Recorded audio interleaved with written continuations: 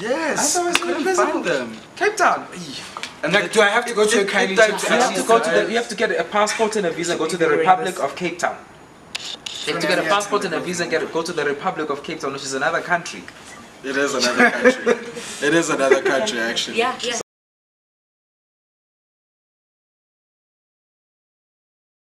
Abu, we're not taking pictures. No, like a proper... This is what we wanted from you guys, so we're going to incorporate this stuff inside. Okay, in the video. This is what we wanted. This is what we wanted. Have you noticed after the conversation, then their conversation? The conversation started after the conversation. That's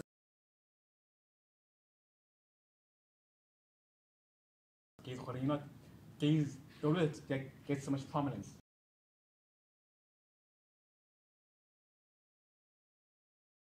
Even transgender people, I will say, they feel, you know, it's like that. So yeah. Gay men keep getting centered and centered, yes, until the others start resenting us.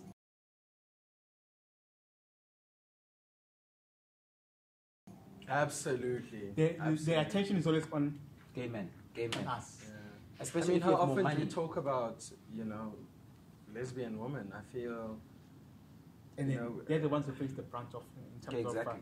of corrective rape, discrimination in township. I can't imagine being raped. You know, yeah. That must be the worst thing ever. So, and especially the more money you have as a gay person, or the more social currency, because it's not always just financial currency. The more social currency, the more attention you have on you. Again, the one temptation is to make it all about the things that happen to us as gay black men. Whereas I think it takes a bit more discipline to say, guys, that what's happening to us is happening as a result of the discrimination that's also facing these other segments, which the straight people don't realize it, but they're also suffering from the same patriarchy, the same, and then it goes into racism, and then it goes into it doesn't end at one. It's intersectionality. But something which I've picked up as well is some woman homophobia, like straight women. Straight women, sure. Hey, it's hectic. It's quite interesting because Here it is. Sorry. It was Christine Ehlers versus Bola Udehome Africa.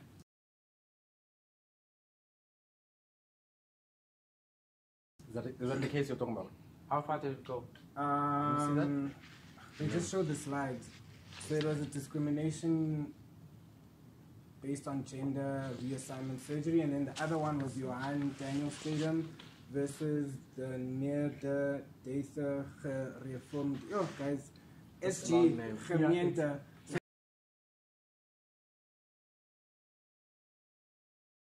The church dismissed employee based on sexual orientation. They don't play those people. Yeah. So they don't play. Guys can agnacity. But how do you feel about gay men saying and this was comfortable as well? We tend to focus a lot on other people's issues instead of focusing on our own, because a lot of times part of the reason I never speak out on other issues is because of lack of experience, but also I don't want to speak over people. I never see that part ever speaking on gay issues. So for example, part of the reason I never speak out I'm totally against gender-based violence, by the way, but I never speak out on women issues because of the fact that I feel like when it comes to gender-based violence, there's still a segmentation that happens, because when it's experienced by a lesbian woman, it never happened. We don't see that much uproar. So many women were raped and killed in Cape Town, but we only started having total shutdown or whatever the marches were now when people were noticing that it's happening a lot in our other communities. Yes, it's great that we have this and we have people aware of all of this, but why are we now creating segmentations in our responses when it comes to the type of violence that women experience? Well, I hear the tourists you're talking about, but was it Ruth Mumpati? How do you pronounce her name? From the ANC back in the day. I don't even know her. So she was interviewed by, I think his name is Peter Tatchell from the UK, about what the ANC would do once it came into power. How would gay rights work? Would there be gay rights? And this is what started off a series of events that came back, that ended up with the ANC embracing gay rights. And Ruth she also changed. She did an about it. She's like, no, gay people should also be part of the new South Africa. Blah blah blah. And one of the things she pointed out was gay people don't have a problem. They don't suffer the same things black people suffer. They have nice houses, they eat well, blah, blah, blah. So her stance was, why should I talk on their issues when I don't see them talking on my issues? Strange, right? So everyone is segmented because everyone is waiting for somebody else to make the first move and say to them, the thing that's happening to you is part of the same problem that I'm facing. Yeah. So can we start... Just a different color and a different shade, but it's quite similar. It's quite similar. The context is similar. Can we start sharing notes? Can we start comparing notes? Yeah. Can we start seeing how we can stop being each other's enemies and join forces going forward? Yeah. Which is something they must come and do with black people. They know, like, black people were Christianized and they were colonized. And they don't realize that the colonization and the structural racism that they face economically and the homophobia gay people face are actually part of the same animal. And a lot of them just don't realize it. Yeah. So it isn't all the same. Racism, sexism, It's the same animal. homophobia. But it's just disguised in a different makeup. And it's xenophobia, all divide those and things. conquer. Yeah. But also even, I always joke about it, I'm like, we were given religion, but we Yeah. consume it so much.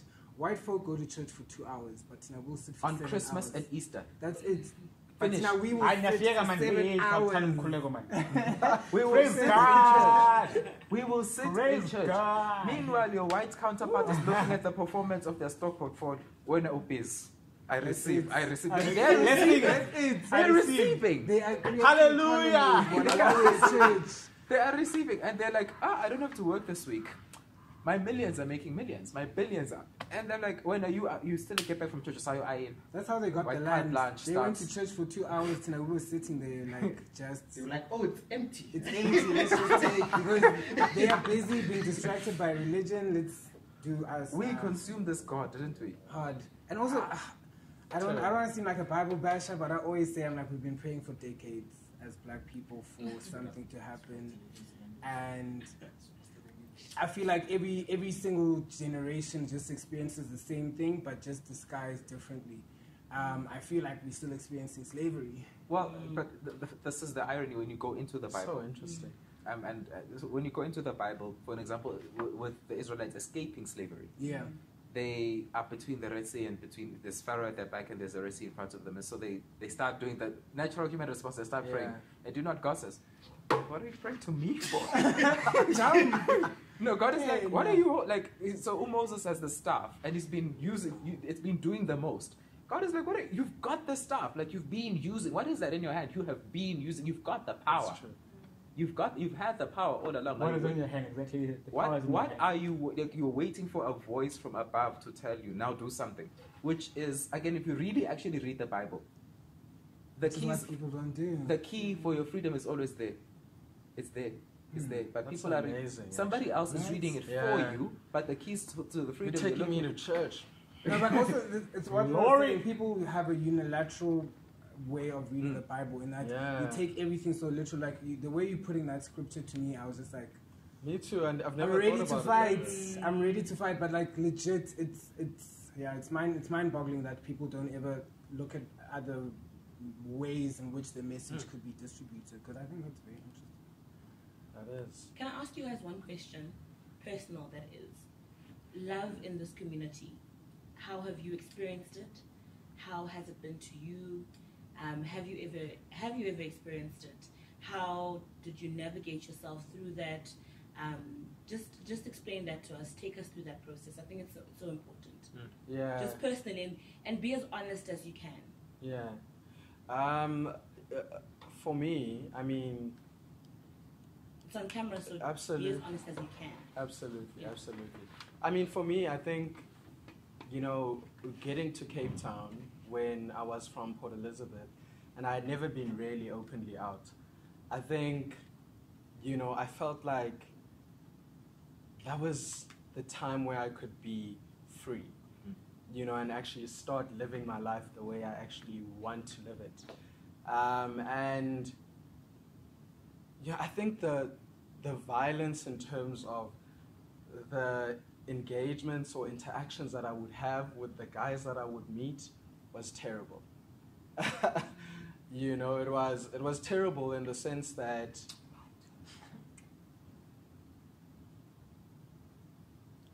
there'd be no real humanity in that this is how you just treat a person. You know, it was more of a transactional, you know, this is what I give you, this is what you give me, but it was never really a, you know, like, I see the person in you and I want to care for you. You know, I want to love you, I want to, you know, be with you. You know, until this year where I've met someone and the experience is completely different. Cheers. Where Love lives here. where the experience is completely different. I mean, you know, it's just, he truly loves me. He truly cares for me. He, you know, he's there for me when I need him. When I was moving, he was there. He shows up. And it's a completely different experience to the experience that I've had, you know, in the past, where it just was very transactional, where it's like, you know, I'm giving you this, you take this, and the humanity in me wasn't seen at all in those, you know, relationships. So, you know, it's the first time where I've actually really been with somebody who cares for me truly, and I know that, you know, we can pray together, we can grow together, and it's just different. For me, it's almost similar, but the topic of love for me is always it's wide. So girl. So my thing is, like, when it comes to love in the gay community, I believe we don't have love for one another. So I will start there. So I can't talk on love because I haven't experienced it in the gay community, but also in terms of personally how I've received love in my life. It's influenced how I look at relationships, but also how I give love as well. So I'm at a point now in my life where I am learning self-love, because I did an audit of all my relationships and I looked at how I was receiving love in that relationship. And the one thing that I found is what I was saying to Cam, is that I struggle in relationships with men because of my relationship with my dad. My dad passed away when I was 7, so I never got to experience that love of a father or a male figure in my life. It's not really necessary, but you see how it translates in your life as an adult, because a lot of things that we experience as adults come from our childhood. So childhood trauma can impact you as an adult. So when it comes to loving a man, I have found that I have this thing of, I idolize you because that's how I also view my dad. Like, I didn't know my dad that well because of the fact that he died I was young, so I don't remember much about him. I remember a few instances. So I have this idealization of my dad where I have so much love for him, and I don't know much about him, but I do know enough to love him. So it also translates my relationship in the sense that I will make this person my all, forgetting about myself. And that's why my previous relationship, like, I feel like that person is like the love of my life, if I can say, where I gave myself selflessly to the person, and then when we broke up, I just was lost. I didn't know who I was, I didn't know what I stood for, and it took a while to get me to this point where now I'm experiencing and I'm teaching myself self-love in order to be able to give it to someone else. So it's been an interesting journey when it comes to the topic of love in my life, because I've had to look at my relationship with my dad, as I said, but also relationship with male figures in my life. So my uncles, everyone else, and how they give me love and how I translate that to other people. So I've just been working on myself now in terms of just finding self-love, so that I'm able to love another guy again. You're in a good place. I'm in a good place. I'm not saying I'm not meeting guys or anything like that, but I'm wary in terms of Meeting guys, I like that for hookups.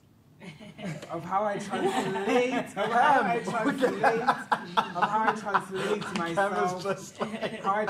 myself to other people, but also, like, previously, like, I'd lead people on because I was enjoying the attention, the male attention. But now I'm like, I wouldn't like someone doing that to me, so I'm very wary of just what I want. So I communicate that from the get-go. So I'll tell you that, listen, what exactly do you want from me? So what expectations do you have from me? Because if you're going to be vibing, let's just vibe. But you now can't come and tell me that, okay, Phumlani, I don't like you tweeting as if you single. Yeah. We never had that discussion. So I'm very big on communication now. So that's my biggest thing. It's anyone I meet, I'm like, let's set the record straight from the get-go.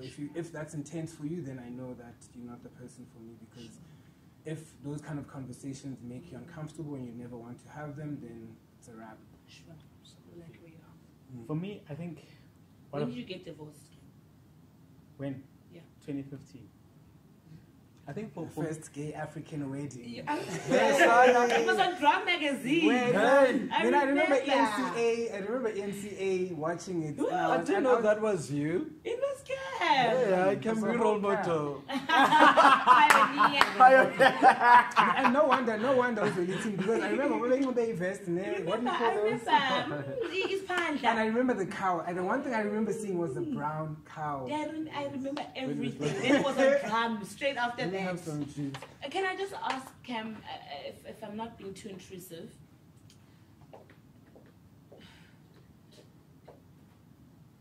why was there a breakdown? What happened? Just topical. I don't want to talk about it now. Yeah. Okay, no problem. I'm going to talk about it in the book. Okay. Oh, so you're saying the book? Okay, and you want to give us a snippet? To make people understand. It was this big wedding. This people had like high hopes for you guys. You guys were the face of gay marriage, you know, from the black community. But here's the thing: a lot of people have often asked me, "Ken, you know what? You guys were so nice, whatever. We looked up to you, but why did you guys break up?" I never talk about the breakup. I never talk about why we decided to break up. I decided to call it up, and you're very surprised. Till this day, I've never met my ex since the day I walked out. It's been over 3 years now, probably going to 4 years now. And he's Thank you, German, for being big. I've never seen him. And it has been my choice. He has tried to make contact with me to see me, but I'm like, I don't want to see him. I'm not interested. I'm done. And here's the thing: people, when they break up from relationships, they try to look for closure. Closure. The only way to get closure is when you decide. When you make I'm done. Yeah. I'm taking my bags and I'm leaving. That's what I did. That's your closure. And in terms of me and relationships, you know, I've picked up that, you know, a lot of us as gay men were damaged. We're damaged based from our parents, our childhood, and also from the people that we've dated.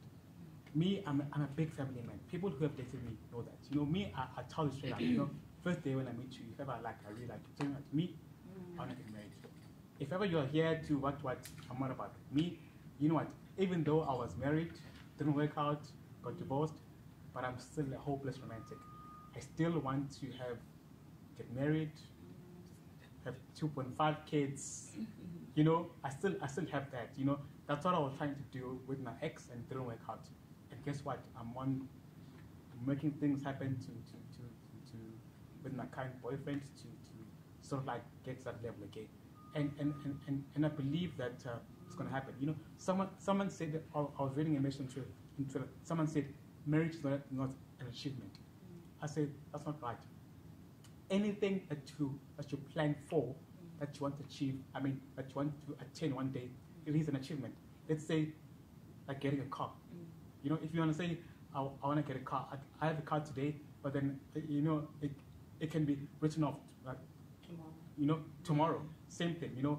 But then it will be an achievement because I had a car. Same thing. I got married, I got divorced, it's an achievement. I had kids, it's an achievement. I got a degree, it's an achievement. So I feel marriage is some form of an achievement. It's a personal thing, whether you want it and how you actually want it to happen. And what I picked up about gay men is, you know, most of us, we're just not available. It's all about hooking up, let's vibe, let's do this. Me, I'm not about that life. I'm at a stage whereby, you know what, it's either we're doing this for marriage or we're just not doing it at all. I'm more, I don't like doing long distance relationship. You know, if we date, I say to you, we're dating. When are we moving in? When I come to see you at my house? That's sort of guy that I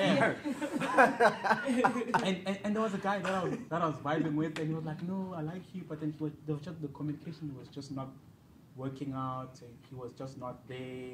He was just me. I don't drink. I don't smoke. I'm a bookworm. I'm always sitting at home doing my stuff. I was always partying. But this is not the life that I want. Me, I'm a stay-at-home type of person. Build a family, build a house type of thing. I'm that sort of person. And if you're not that sort of person in my life, then I cut you out. It's very important for you to know what you want and what you want out of your life and what you want out of the next person. It makes it much more easier in terms of finding a person who's not going to waste your time, and you and vice versa. It's quite important. Too many of us, we waste each other's time. So now we're vibing, let's see how it goes. No, I don't see how it goes. I tell you. So like I'm divorced, I'm that guy, I want to get married.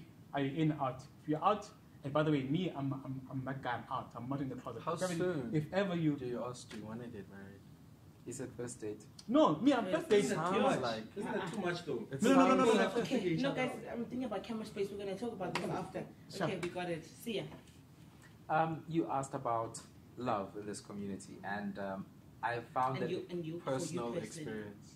But you, don't be I see Cam and Sia trying to run away from it a bit. Man, no comments. Man, what I believe is, if you put out good vibes, I will help you, I will hear your story, etc., etc. That's what you start getting back, and it's what I have started getting back from a lot of gay people across the country. I do think that there's too much of an emphasis on this idea that we are going to find the one who is then going to meet these needs you have for, I don't know, it's checklist. I feel like what makes a whole human being is so much more than that, and if you don't have a relationship, you're not some kind of a failure. I really, really believe this. And when you figure that out, they start coming. The possibilities for an actual relationship, in my belief, the really solid, dependable, consistent, no drama, they start appearing. I'm not going to go beyond that because of camera space. I'm so considerate about your camera space. I'm single. Can you tell us one thing? Are you single? Hey. We had this conversation. It is editor out and then this part. No, but we didn't. We didn't say anything that you didn't want us to. Is this live? No, we'll just. Is this live? Is this live? I'm saying, yeah, it's over. We can take pictures, guys, so we can go.